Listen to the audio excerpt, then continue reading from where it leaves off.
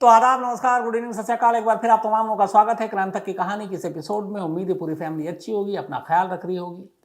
आज की कहानी हम सबकी ज़िंदगी से जुड़ी कहानी है और इस कहानी को सुनाने का मेरा मकसद सिर्फ ये नहीं कि कहानी सुनाऊं, बल्कि ये भी है कि आप लोग चौकन्ने रहें हमेशा, ख़ासतौर पर अपने अकाउंट्स, अपने खाते, अपने मोबाइल फ़ोन, अपनी जो फ़ोन पे बैंक के जो ऐप्स हैं उसको लेकर, ऑनलाइन ट्रांजेक्शन को लेकर। एक ज़माना था जब अक्सर खबरें आती थी, कोई शख्स बैंक में पैसे निकालने गया, बैंक के बाहर कुछ लुटेरे बदमाश थे, गन पॉइंट पे चाकू दिखाकर लूट लिया, लाखों लाखों रुपए लेके भाग गए। अब ऐसी खबरें आखिरी बार आपने कब सुनी है, थोड़ा अपने जहन पे जोर डालिए, तो ऐसा लगेगा कि शायद अब ऐसी खबरें आती नहीं हैं। ऐसा नहीं है कि ऐसी खबरें अब दिखाई नहीं जाती या छापी नहीं जाती अखबारों में, होती कम है। अब आजकल बैंक के बाहर लूटपाट, ये सारी चीज़ें बहुत कम हो गई, क्योंकि अब शायद क्रिमिनल भी ज़्यादा जोखिम लेने को तैयार नहीं है। बैंक के बाहर किसी को लूटना चाकू की नोक पर या गन पॉइंट पर थोड़ा मुश्किल काम होता है, रिस्की भी होता है। बहुत सारे लोग होते हैं, भीड़ में कोई पकड़ डाले, बहुत सारे पकड़े भी गए। तब उन्हें लगता है कि ये सब बेकार की चीज़ें हैं। जब बैठे बैठे कहीं भी दूर दूर, बिना चाकू, बिना हथियार के, बिना किसी को नुकसान पहुंचाए, बिना पकड़ में आए इनको लूट सकते हैं, तो फिर बैंक के बाहर जाने की ज़रूरत क्या है। और इन्हीं चीज़ों ने अब एक नए थ्रेट, एक नए खतरे को जन्म दे दिया है। आज की कहानी एक ऐसे हैकर की कहानी है जिससे इसका कोई मतलब नहीं है कि वो किस शहर में है, बल्कि किस देश में है। वो दुनिया के किसी भी कोने में बैठा हो और दुनिया के किसी भी कोने में बैठे दूसरे शख्स को कंगाल बना सकता है। आज के दौर के कहते हैं कि इस हैकर की जिसकी मैं कहानी सुनाने जा रहा हूं, FBI ने एक लिस्ट जारी की थी, उसमें टॉप 10 सबसे शातिर हैकर में इसका नाम रखा था। इसके कई नाम हैं और एक नाम इसका है हैप्पी हैकर भी। हैप्पी हैकर इसलिए कि इसकी जितनी भी आप तस्वीरें देखेंगे उसमें हर एक में इसका मुस्कुराता हुआ चेहरा है। अब आदमी मुस्कुराता है, ऐसा है कि तब खुश हो, कोई परेशानी ना हो। लेकिन ये चाहे खुश हो, खूब पैसे हो, घूम रहा हो, ऐश कर रहा हो, तब भी हैप्पी चेहरा। पुलिस पकड़ ले, पुलिस की कस्टडी में है, हथकड़ी में है, एक देश से दूसरे देश ले जाया जा रहा है, तब भी हैप्पी चेहरा, मुस्कुरा रहा है। और इसीलिए इस शख्स का नाम हैप्पी हैकर रखा गया। 5 साल तक FBI, अमेरिकी जांच agency, federal bureau of investigation, नामचीन लोग इस एजेंसी से जुड़े हुए, वो इसकी तलाश में रहे। इंटरपोल यानी कि इंटरनेशनल पुलिस, जो पूरी दुनिया के हर देश जिसके साथ जुड़े हुए, वो इसकी तलाश में रही। लेकिन 5 साल तक ये सबको चकमा देता रहा और 5 साल के बाद ये कहीं जाकर पकड़ा गया। और उस पकड़ने की कहानी भी बड़ी अजीब है। इस कहानी की शुरुआत होती है 2009 में। अमेरिका के जॉर्जिया इलाके में कुछ बैंकों को अजीब सी शिकायतें मिलती हैं। कुछ लोग कहते हैं कि हमारा आपके अकाउंट है, हमारे पैसे अकाउंट से बाहर हो रहे हैं, कोई निकाल रहा है, हमने तो निकाला नहीं। कुछ फाइनेंशियल ऑर्गेनाइजेशन और कुछ और लोग भी, कॉरपोरेशन के लोग जो पैसों का लेन देन करते हैं, उनको भी ऐसे ही लगा। माइक्रोसॉफ्ट जैसी कंपनी ने कंप्लेंट लिखाई। अब वहां की पुलिस, फिर FBI को जांच दिया गया कि ये हो क्या रहा है, लोगों के पैसे कहां से गायब हो रहे हैं। धीरे धीरे करके ऐसी शिकायतों के अंबार लग गए। कहते हैं कि करीब 60 मिलियंस, यानी कि 1 मिलियन में 10 लाख होते हैं, 60 मिलियंस कंप्यूटर को हैक कर लिया था 3 साल के फासले में। अब इन 60 मिलियंस कंप्यूटर को जो हैक किया, इन तमाम लोगों को हैक करने के बाद इनकी हर चीज़, चाहे वो जानकारी हो, इंफॉर्मेशन हो, पैसे हो, वो सारी चीज़ों पे उस शख्स का हक था जिसने इसे हैक किया था। करीब $4 बिलियन, $4 बिलियन इन 3 सालों में, 2009 से 12 के बीच में, इस हैप्पी हैकर ने अपने एक साथी के साथ मिलकर लोगों के लूटे। $4 बिलियन। और इनमें से ज़्यादातर 99% केसेस जो थे वो अमेरिका के थे और अमेरिका में रहने वाले लोगों के थे। तो इसके निशाने पर सबसे ज़्यादा अमेरिका था और इसीलिए FBI की टीम परेशान थी इसको पकड़ने में। कौन है ये, लगी रही। 1-2 साल तो इसके बारे में ही पता करने के लिए, लेकिन पता ही नहीं चले कि कौन छलावा है, क्या है। पूरी तलाश की, कहीं से नहीं मिला। आखिर में एक FBI एजेंट को एक इनपुट मिलता है कि अल्जीरिया में एक शख्स है और उस शख्स का नाम है हमजा बेंदेलाज। हमजा बेंदेलाज एक सॉफ्टवेयर इंजीनियर, कंप्यूटर का ग्रेजुएट, उम्र सिर्फ उस वक्त इसकी थी करीब 20 साल, कि उसका कहीं ना कहीं इस धोखाधड़ी और इस कंप्यूटर को हैक करके सारे लोगों के पैसे उड़ाने का शक है। अब FBI की टीम को ये इनपुट मिला बाकी एजेंसियों के जरिए। FBI की टीम ने अपने एक एजेंट को लगाया इसके पीछे। एजेंट महीनों भटकता रहा, किसी तरह उसने अपने नेटवर्क बनाया, एक से दूसरे मुखबिर, दूसरे से तीसरे, करते करते करते आखिरकार वो हमजा बेंदेलास के पास पहुंचा। वहां तक पहुंच हुई तो इस FBI एजेंट ने अपने आप को दिखाया कि वो भी एक हैकर है, क्रिमिनल है, लोगों के बैंकों के पैसे उड़ाना उसका काम है। तो उस वक्त इसकी जब मुलाकात हुई उससे, तो इसने कहा कि मुझे भी इस तरह से लोगों को चूना लगाना है। तब एक सॉफ्टवेयर आया था और खासतौर पर डार्कनेट पे और क्रिमिनल के बीच में बड़ा पॉपुलर था। उसका नाम था स्पाई आई, मतलब जासूसी आंखें। इस सॉफ्टवेयर को डेवलप करने और इसका इस्तेमाल कर 60 यानी कि 60 मिलियन कंप्यूटर को हैक करने, $4 बिलियन को उड़ाने का जो काम किया था, उसमें एक हमजा था और उसका एक और पार्टनर था। तो FBI एजेंट को ये सारी अपनी जासूसी के दौरान सारी जानकारी मिली और इसके बाद वो हमजा से किसी तरह से एक दिन मिलता है और अब रंगे हाथों पकड़ना है। तो वो कहता है मुझे स्पाई आई चाहिए, खरीदना है। हमजा तैयार हो जाता है, कहता है ठीक है हम देंगे। अब FBI एजेंट को लग गया कि ये पूरा ऑपरेशन कामयाब है, लेकिन जिस वक्त डिलीवरी और इसकी सारी बात हुई थी, हमजा पहुंचता नहीं, हमजा निकल गया। अब FBI एजेंट के हाथ खाली, लेकिन अब एक चेहरा आ गया। अब उस चेहरे के जरिए FBI ने हमजा की पूरी कुंडली को खंगालना शुरू किया। जब कुंडली खंगाली तो पता चला कि हमजा अल्जीरिया के एक जगह है, वहाँ पे टिजी ओजो कूबा, तो टिजी ओजो कूबा में है, ये अल्जीरिया का एक शहर है, वहाँ पे इसका जन्म हुआ था 3 जून 1988, यानी अभी उसकी उम्र 12×24 साल है, टोटल 24 साल का एक लड़का है वो। तो अल्जीरिया में पैदा हुआ, दिमाग का तेज था, बचपन से अच्छे घर से था, माँ बाप ने स्कूल में पढ़ाया, फिर ये कॉलेज गया, कॉलेज में इसने कंप्यूटर साइंस में ग्रेजुएशन किया। कंप्यूटर का कीड़ा था इसके अंदर, हमेशा कुछ ना कुछ करता रहता था। इसी शौक को पूरा करने के लिए उसने पढ़ाई के साथ साथ कंप्यूटर रिपेयरिंग और कंप्यूटर के और जानकारी के लिए थोड़े पार्ट टाइम काम भी किया। जब इसकी उम्र सिर्फ 20 साल हुई तभी यह हैकिंग में उस्ताद हो गया और इसने छोटी मोटी हैकिंग करनी शुरू की।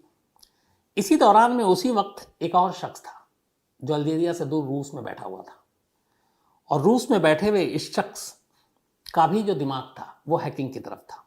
उस शख्स का नाम था अलेक्जेंडर पेनिन। अलेक्जेंडर पेनिन 25 साल की उम्र का उस वक्त, ये 20 साल का, ज़्यादा उम्र में फ़र्क भी नहीं। वो भी हैकिंग में लगा हुआ है और अलेक्जेंडर पेनिन ने ही इस स्पाई आई की एक तरह से शुरुआत की।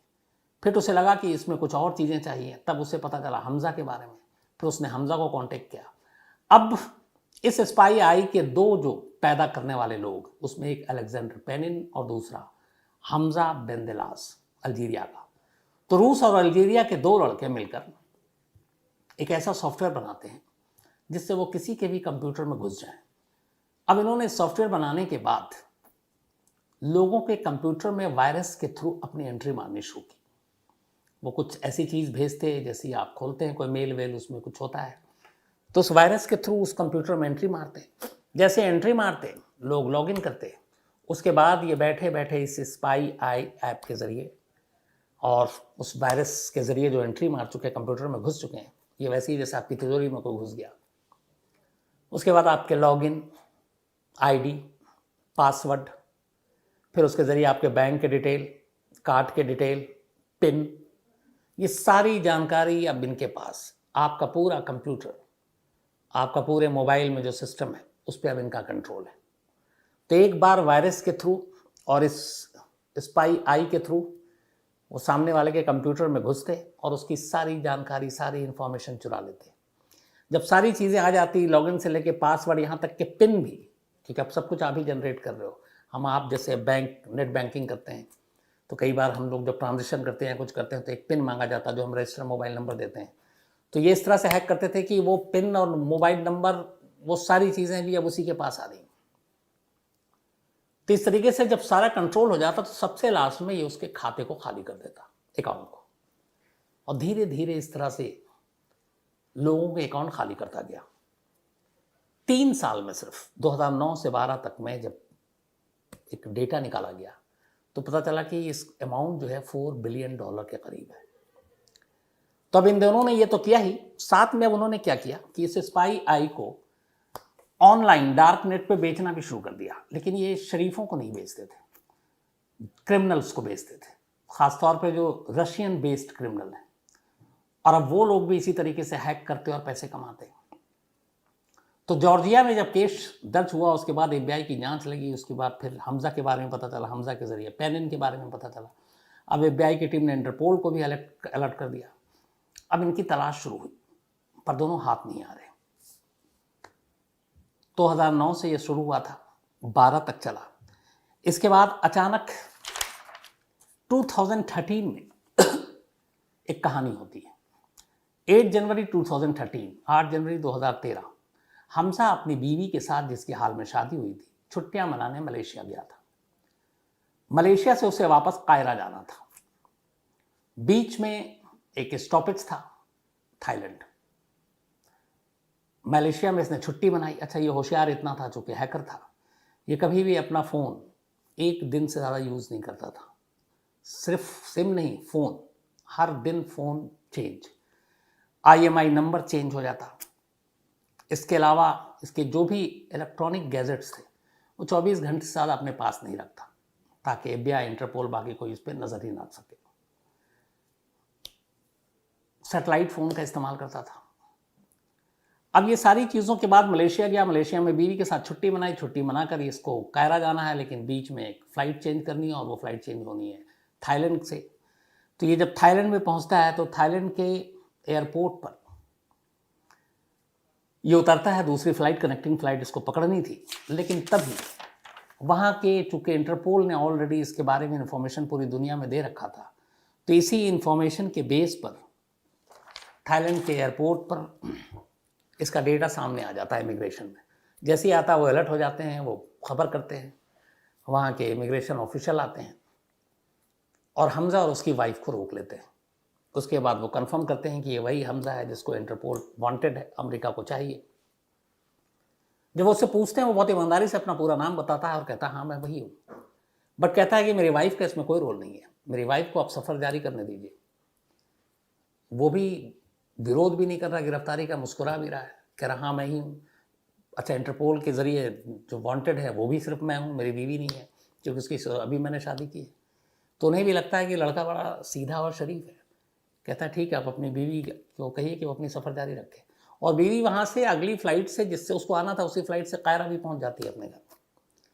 इनको वहाँ पर रोक लिया जाता है। अब हमजा थाई पुलिस के कब्जे में है।